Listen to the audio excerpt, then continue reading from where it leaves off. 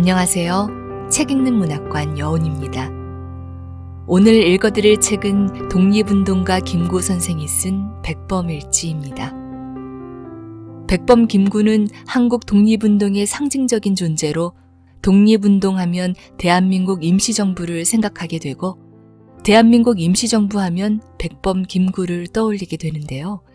그만큼 독립운동을 초지일관 전개하며 주도하였고 그 중심기관으로 널리 알려진 대한민국 임시정부를 이끌었지요. 생명의 위협 속에서 임시정부 활동을 하던 김구는 어린 자식들에게 유서를 남기고자 장편의 글을 쓰기 시작했는데요. 그것이 백범일지의 시작입니다. 일종의 유서였던 백범일지 상권은 1929년에 완성되었고 이어 1942년 백범일지 학원을 완성했으며 해방된 후 1947년 국사원에서 단행본 형태로 처음으로 백범일지가 출간되었습니다. 이후 김구 가족이 보관하고 있던 친필본이 그 모습 그대로 출간되면서 여러 곳에서 정본, 필사본 등 다양한 형태의 백범일지가 출간되었습니다. 저자 김구에 대해 설명을 드리자면 그는 1876년 황해도 해주에서 태어났고 본명은 김창수입니다. 서너 살 무렵 심한 천연두를 알아 가까스로 목숨을 건졌고 통감과 사략, 병서를 즐겨 읽었다고 하죠. 15세에 정문제의 서당에서 본격적으로 한학 수업을 받고 조선왕조 최후의 과거에 응시하였으나 뜻을 이루지 못했습니다. 동학과 위정척사사상, 의병운동 등에 참여했으며 1905년 을사늑약이 체결되자 나라를 살리고 새로운 세상을 만들기 위해 교육운동과 구국운동에 앞장섰습니다. 1911년 안학사건으로 15년형을 선고받았고 이때 독립에 대한 바람과 결심을 담아 호를 백범으로 했다고 하죠. 이후 몇 번의 감형을 통해 1915년 석방되었는데요. 1919년 3.1운동에 가담한 뒤 상해로 망명하여 임시정부 경무국장에 취임하였고 이후 임시정부 요직을 거치며 항일투쟁이 매진했습니다. 광복 후에는 임시정부 국무위원 일동과 함께 환국하여 신탁통치 반대와 통일정부 수립을 위해 힘썼고 남북협상을 추진했지만 성사되지는 못했는데요. 1949년 6월 26일 경교장에서 안두희가 쏜 총에 숨을 거두었습니다. 백범일지는 상편과 하편, 두 편과 일기 끝에 수록된 나의 소원으로 이루어져 있는데요. 상편에는 그의 지난 생활과 독립운동을 돌아보는 내용이 주로 담겨져 있으며 또한 김인과 김신 두 아들에게 편지를 보내는 형식으로 쓰여져 있습니다. 백범일지의 하편에는 그가 중심이 되어 만든 한인 애국단의 활동과 해방을 맞이할 때까지 이어진 독립운동에 대한 것이 기록되어 있죠. 그리고 나의 소원은 완전한 자주독립과 통일국가를 바라는 김구의 마음이 오롯이 담겨져 있는데요. 오늘 읽어드릴 부분은 백범일지 중 나의 소원 전문입니다. 독립운동가 김구 선생의 유서이자 자서전인 백범일지. 함께 읽어보시죠. 구독과 좋아요는 사랑입니다.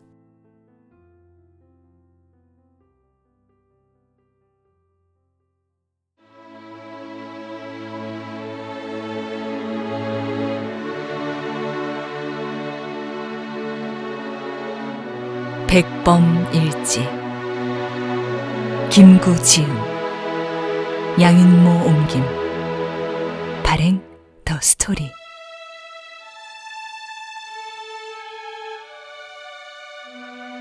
나의 소원 민족국가 네 소원이 무엇이냐 하고 하느님이 물으시면 나는 서슴지 않고 내 소원은 대한독립이요 하고 대답할 것이다. 그 다음 소원은 무엇이냐 하면 나는 또 우리나라의 독립이요 할 것이요. 또 그 다음 소원이 무엇이냐 하는 세 번째 물음에도 나는 더욱 소리를 높여서 나의 소원은 우리나라 대한의 완전한 자주독립이요 하고 대답할 것이다. 동포 여러분, 나 김구의 소원은 이것 하나밖에는 없다. 내 과거의 70평생을 이 소원을 위해 살아왔고, 현재에도 이 소원 때문에 살고 있고, 미래에도 나는 이 소원을 달하려고 살 것이다. 독립이 없는 백성으로 70평생의 서름과 부끄러움과 애탐을 받은 나에게는 세상에 가장 좋은 것이 완전하게 자주독립한 나라의 백성으로 살아보다가 죽는 일이다. 나는 일찍이 우리 독립정부의 문지기가 되기를 원하였거니와 그것은 우리나라가 독립국만 되면 나는 그 나라의 가장 미천한 자가 되어도 좋다는 뜻이다. 왜 그런가 하면 독립한 제 나라의 빈천이 남이 밑에 사는 부귀보다 기쁘고 영광스럽고 희망이 많기 때문이다. 옛날 일본에 갔던 박재상이 내 차라리 계림의 개 돼지가 될지언정 외양의 신하로 부귀를 누리지 않겠다 한 것이 그의 진정이었던 것을 나는 안다. 재상은 외양이 높은 벼슬과 많은 재물을 준다는 것을 물리치고 달게 죽음을 받았으니 그것은 차라리 내 나라의 귀신이 되리라 하면서였다. 근래 우리 동포 중에는 우리나라를 어느 큰 이웃나라의 연방에 편입하기를 소원하는 자가 있다 하니 나는 그 말을 차마 믿으려 아니하거니와 만일 진실로 그러한 자가 있다 하면 그는 제정신을 잃은 미친놈이라밖에 볼 길이 없다. 나는 공자, 석가, 예수의 도를 배웠고 그들을 성인으로 숭배하거니와 그들이 합하여서 세운 천당 극락이 있다 하더라도 그것이 우리 민족이 세운 나라가 아닐진데 우리 민족을 그 나라로 끌고 들어가지 아니할 것이다. 왜 그런가 하면 피와 역사를 같이 하는 민족이란 완연히 있는 것이어서 내 몸이 남의 몸이 못됨과 같이 이 민족이 저 민족이 될 수 없는 것은 마치 형제도 한 집에서 살기에 어려움이 있는 것과 같은 것이다. 둘 이상이 합하여서 하나가 되자면 하나는 높고 하나는 낮아서 하나는 위에 있어서 명령하고 하나는 밑에 있어서 복종하는 것이 근본 문제가 되는 것이다. 이에 대하여 일부 소위 좌익의 무리는 혈통의 조국을 부인하고 소위 사상의 조국을 운운하며 혈족의 동포를 무시하고 소위 사상의 동무와 프롤레타리아트의 국제적 계급을 주장하여 민족주의라면 마치 이미 진리권 외에 떨어진 생각인 것 같이 말하고 있다. 심히 어리석은 생각이다. 철학도 변하고 정치, 경제의 학설도 일시적이거니와 민족의 혈통은 영구적이다. 일찍이 어느 민족 내에서나 혹은 종교로 혹은 학설로 혹은 경제적, 정치적 이해의 충돌로 하여 두 파, 세 파로 갈려서 피로써 싸운 일이 없는 민족이 없거니와 지내어 놓고 보면 그것은 바람과 같이 지나가는 일시적인 것이요. 민족은 필경 바람잔 뒤에 초목 모양으로 뿌리와 가지를 서로 걸고 한 수풀을 이루어 살고 있다. 오늘날 소위 좌우익이라는 것도 결국 영원한 혈통의 바다에 일어나는 일시적인 풍파에 불과하다는 것을 잊어서는 아니 된다. 이 모양으로 모든 사상도 가고 신앙도 변한다. 그러나 혈통적인 민족만은 영원히 흥망성쇠의 공동 운명의 인연에 얽힌 한 몸으로 이 땅 위에 남는 것이다. 세계 인류가 니오 네오 없이 한 집이 되어 사는 것은 좋은 일이요. 인류의 최고요, 최후인 희망이요, 이상이다. 그러나 이것은 멀고 먼 장래에 바랄 것이요, 현실의 일은 아니다. 사회 동포의 크고 아름다운 목표를 향하여 인류가 향상하고 전진하는 노력을 하는 것은 좋은 일이요, 마땅히 할 일이나 이것도 현실을 떠나서는 안 되는 일이니 현실의 진리는 민족마다 최선의 국가를 이루어 최선의 문화를 낳아 길러서 다른 민족과 서로 바꾸고 서로 돕는 일이다. 이것이 내가 믿고 있는 민주주의요. 이것이 인류의 현 단계에서는 가장 확실한 진리다. 그러므로 우리 민족으로서 하여야 할 최고의 임무는 첫째로 남의 절제도 아니받고 남에게 의뢰도 아니하는 완전한 자주독립의 나라를 세우는 일이다. 이것이 없이는 우리 민족의 생활을 보장할 수 없을 뿐더러 우리 민족의 정신력을 자유로 발휘하여 빛나는 문화를 세울 수가 없기 때문이다. 이렇게 완전한 자주독립의 나라를 세운 뒤에는 둘째로 이 지구상의 인류가 진정한 평화와 복락을 누릴 수 있는 사상을 낳아 그것을 먼저 우리나라에 실현하는 것이다. 나는 오늘날의 인류의 문화가 불완전함을 안다. 나라마다 안으로는 정치상, 경제상, 사회상으로 불평등, 불합리가 있고 밖으로 국제적으로는 나라와 나라의, 민족과 민족의 시기, 알력, 침략, 그리고 그 침략에 대한 보복으로 작고 큰 전쟁이 끊일 사이가 없어서 많은 생명과 재물을 희생하고도 좋은 일이 오는 것이 아니라 인심의 불안과 도덕의 타락은 갈수록 더하니 이래가지고는 전쟁이 끊일 날이 없어 인류는 마침내 멸망하고 말 것이다. 그러므로 인류 세계에는 새로운 생활 원리의 발견과 실천이 필요하게 되었다. 이야말로 우리 민족이 담당한 천직이라고 믿는다. 이러함으로 우리 민족의 독립이란 결코 3천리 3천만의 일이 아니라 진실로 세계 전체의 운명에 관한 일이요. 그러므로 우리나라의 독립을 위하여 일하는 것이 곧 인류를 위하여 일하는 것이다.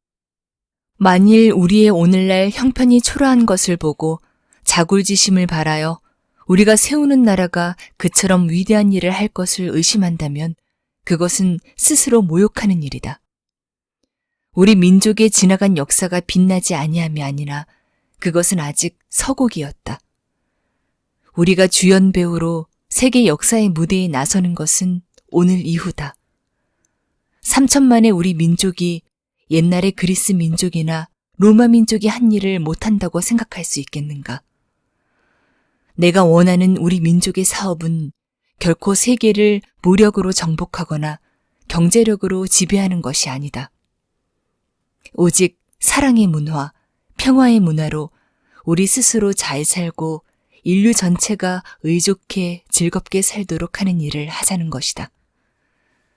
어느 민족도 일찍이 그러한 일을 한 이가 없으니 그것은 공상이라고 하지 마라. 일찍이 아무도 한 자가 없기에 우리가 하자는 것이다. 이 큰 일은 하늘이 우리를 위하여 남겨놓으신 것임을 깨달을 때에 우리 민족은 비로소 제 길을 찾고 제 일을 알아본 것이다. 나는 우리나라의 청년 남녀가 모두 과거의 조그맣고 좁다란 생각을 버리고 우리 민족의 큰 사명에 눈을 떠서 제 마음을 닫고 제 힘을 기르기로 낙을 삼기를 바란다. 젊은 사람들이 모두 이 정신을 가지고 이 방향으로 힘을 쓸진데 30년이 못하여 우리 민족은 괄목상대하게 될 것을 나는 확신하는 바이다.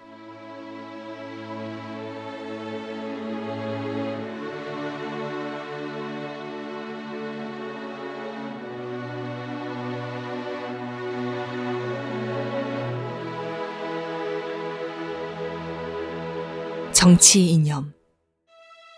나의 정치 이념은 한마디로 표시하면 자유다. 우리가 세우는 나라는 자유의 나라라야 한다. 자유란 무엇인가? 절대로 각 개인이 제멋대로 사는 것을 자유라 하면 이것은 나라가 생기기 전이나 저 레닌의 말 모양으로 나라가 소멸된 뒤에나 있는 일이다. 국가 생활을 하는 인류에게는 이러한 무조건의 자유는 없다. 왜 그런가 하면 국가란 일종의 규범의 속박이기 때문이다. 국가 생활을 하는 우리를 속박하는 것은 법이다. 개인의 생활이 국법에 속박되는 것은 자유 있는 나라나 자유 없는 나라나 마찬가지다. 자유와 자유 아님이 갈리는 것은 개인의 자유를 속박하는 법이 어디서 오느냐 하는 데 달렸다. 자유 있는 나라의 법은 국민의 자유로운 의사에서 오고 자유 없는 나라의 법은 국민 중에 어떤 일개인 또는 일계급에서 온다. 일개인에서 오는 것을 전제 또는 독재라 하고 일계급에서 오는 것을 계급 독재라 하고 통칭 파쇼라고 한다. 나는 우리나라가 독재의 나라가 되기를 원치 아니한다. 독재의 나라에서는 정권에 참여하는 계급 하나를 제외하고는 다른 국민은 노예가 되고 마는 것이다. 독재 중에서 가장 무서운 독재는 어떤 주의, 즉 철학을 기초로 하는 계급 독재다. 군주나 기타 개인 독재자의 독재는 그 개인만 제거되면 그만이거니와 다수의 개인으로 조직된 한 계급이 독재의 주체일 때에는 이것을 제거하기는 심히 어려운 것이니 이러한 독재는 그보다도 큰 조직의 힘이거나 국제적 압력이 아니고는 깨뜨리기 어려운 것이다. 우리나라의 양반 정치도 일종의 계급 독재이거니와 이것은 수백 년 계속하였다. 이탈리아의 파시스트, 독일의 나치 일은 누구나 다 아는 일이다. 그러나 모든 계급 독재 중에도 가장 무서운 것은 철학을 기초로 한 계급 독재다. 수백 년 동안 이조 조선에 행하여 온 계급 독재는 유교, 그 중에도 주자학파의 철학을 기초로 한 것이어서 다만 정치에 있어서만 독재가 아니라 사상, 학문, 사회생활, 가정생활, 개인생활까지도 규정하는 독재였었다. 이 독재 정치 밑에서 우리 민족의 문화는 소멸되고 원기는 마멸된 것이었다. 주자학 이외의 학문은 발달하지 못하니 이 영향은 예술, 경제, 산업에까지 미쳤다. 우리나라가 망하고 민력이 쇠잔하게 된 가장 큰 원인이 실로 여기 있었다. 왜 그런가 하면 국민의 머릿속에 아무리 좋은 사상과 경륜이 생기더라도 그가 집권계급의 사람이 아닌 이상 또 그것이 사문난적이라는 범주밖에 나지 않는 이상 세상에 발표되지 못하기 때문이었다. 이 때문에 싹이 트려다가 눌려 죽은 새 사상, 싹도 트지 못하고 밟혀버린 경륜이 얼마나 많았을까. 언론의 자유가 얼마나 중요한 것임을 통감하지 아니할 수 없다. 오직 언론의 자유가 있는 나라에만 진보가 있는 것이다. 시방 공산당이 주장하는 소련식 민주주의란 것은 이러한 독재 정치 중에도 가장 철저한 것이어서 독재 정치의 모든 특징을 극단으로 발휘하고 있다. 즉, 헤겔에게서 받은 변증법, 포이에르바흐의 유물론 이 두 가지와 애덤 스미스의 노동 가치론을 가미한 마르크스의 학설을 최후의 것으로 믿어 공산당과 소련의 법률과 군대와 경찰의 힘을 한데 모아서 마르크스의 학설에 1.1획이라도 반대는 고사하고 비판만 하는 것도 엄금하여 이에 위반하는 자는 죽음의 숙청으로서 대하니 이는 옛날에 조선의 사문난적에 대한 것 이상이라 만일 이러한 정치가 세계에 퍼진다면 전 인류의 사상은 마르크스주의 하나로 통일될 법도 하거니와 설사 그렇게 통일이 된다 하더라도 그것이 불행이 잘못된 이론일진데 그런 큰 인류의 불행은 없을 것이다.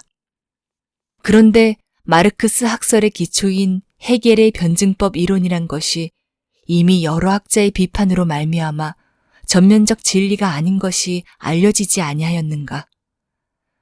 자연계의 변천이 변증법에 의하지 아니함은 뉴턴, 아인슈타인 등 모든 과학자들의 학설을 보아서 분명하다.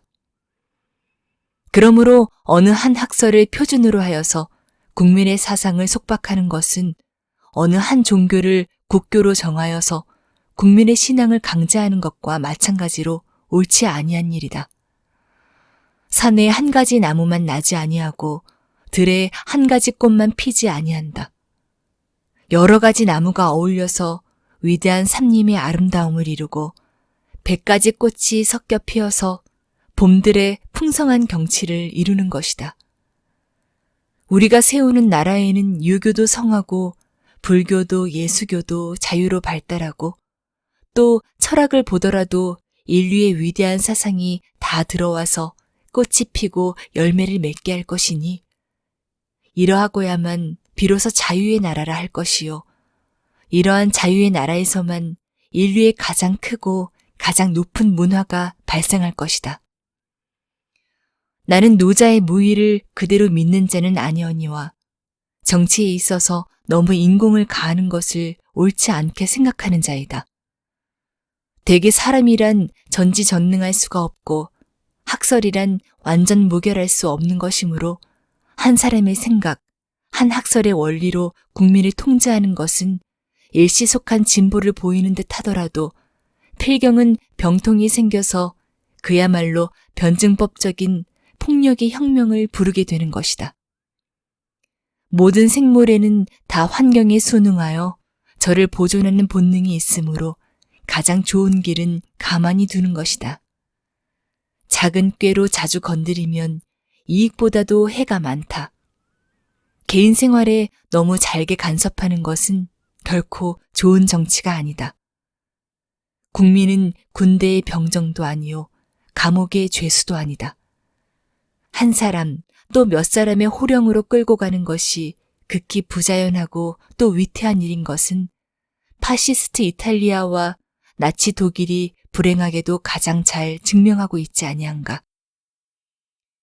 미국은 이러한 독재국에 비교서는 심히 통일이 무력한 것 같고 일의 진행이 느린 듯하여도 그 결과로 보건대 가장 큰 힘을 발하고 있으니 이것은 그 나라의 민주주의 정치의 효과이다.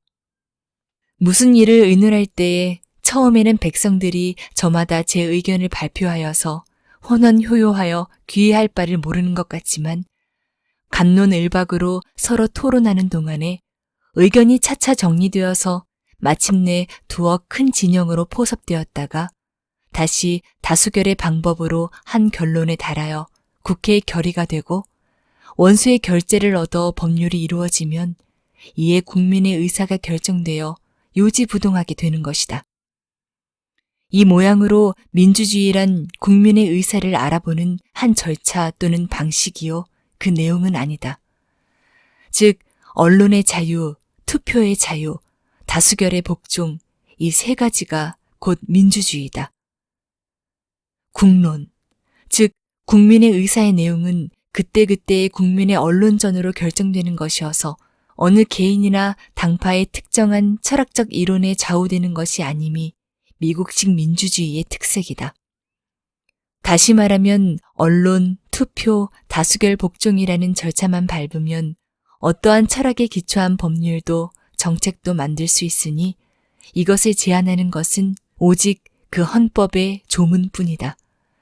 그런데 헌법도 결코 독재국의 그것과 같이 신성 불가침의 것이 아니라 민주주의의 절차로 개정할 수가 있는 것이니 이러므로 민주, 즉 백성이 나라의 주권자라 하는 것이다. 이러한 나라에서 국론을 움직이려면 그 중에서 어떤 개인이나 당파를 움직여서 되지 아니하고 그 나라 국민의 의견을 움직여서 된다. 백성들의 작은 의견은 이해관계로 결정되거니와 큰 의견은 그 국민성과 신앙과 철학으로 결정된다. 여기서 문화와 교육의 중요성이 생긴다.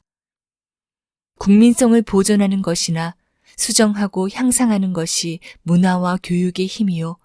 산업의 방향도 문화와 교육으로 결정됨이 큰 까닭이다. 교육이란 결코 생활의 기술을 가르치는 것만을 의미하는 것이 아니다. 교육의 기초가 되는 것은 우주와 인생과 정치에 대한 철학이다. 어떠한 철학의 기초 위에 어떠한 생활의 기술을 가르치는 것이 곧 국민교육이다. 그러므로 좋은 민주주의 정치는 좋은 교육에서 시작될 것이다. 건전한 철학의 기초 위에 서지 아니한 지식과 기술의 교육은 그 개인과 그를 포함한 국가에 해가 된다. 인류 전체를 보아도 그러하다. 이상에 말한 것으로 내 정치 이념이 대강 짐작될 것이다. 나는 어떠한 의미로든지 독재 정치를 배격한다. 나는 우리 동포를 향하여서 부르짖는다. 결코 독재 정치가 아니 되도록 조심하라고.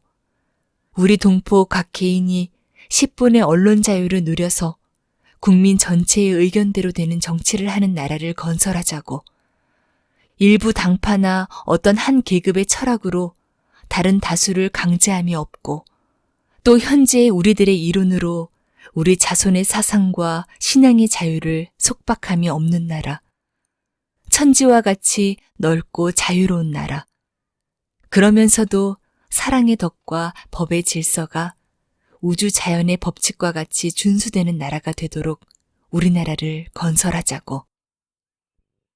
그렇다고 나는 미국의 민주주의 제도를 그대로 직역하자는 것은 아니다.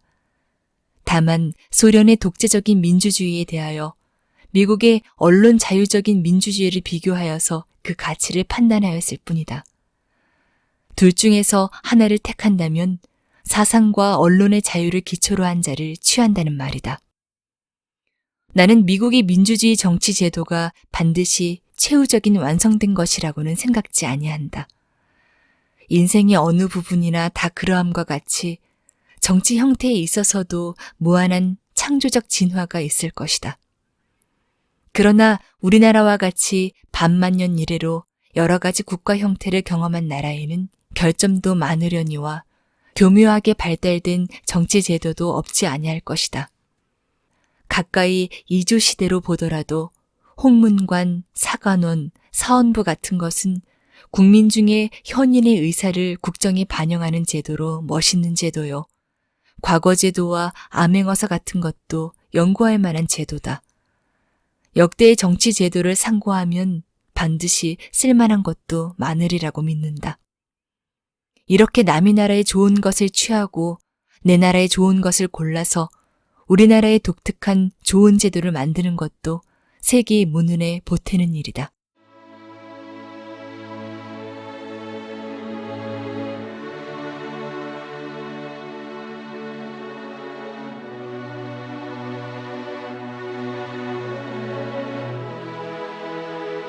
내가 원하는 우리나라. 나는 우리나라가 세계에서 가장 아름다운 나라가 되기를 원한다. 가장 부강한 나라가 되기를 원하는 것은 아니다. 내가 남의 침략에 가슴이 아팠으니 내 나라가 남을 침략하는 것을 원치 아니한다. 우리의 부력은 우리의 생활을 풍족히 할 만하고 우리의 강력은 남의 침략을 막을 만하면 족하다. 오직 한없이 가지고 싶은 것은 높은 문화의 힘이다. 문화의 힘은 우리 자신을 행복하게 하고 나아가서 남에게 행복을 주겠기 때문이다. 지금 인류에게 부족한 것은 무력도 아니요 경제력도 아니다. 자연과학의 힘은 아무리 많아도 좋으나 인류 전체로 보면 현재의 자연과학만 가지고도 편안히 살아가기에 넉넉하다.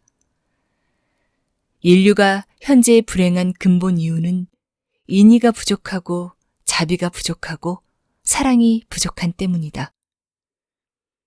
이 마음만 발달이 되면 현재의 물질력으로 20억이 다 편안히 살아갈 수 있을 것이다.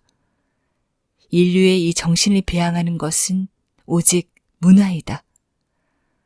나는 우리나라가 남의 것을 모방하는 나라가 되지 말고 이러한 높고 새로운 문화의 근원이 되고 목표가 되고 모범이 되기를 원한다.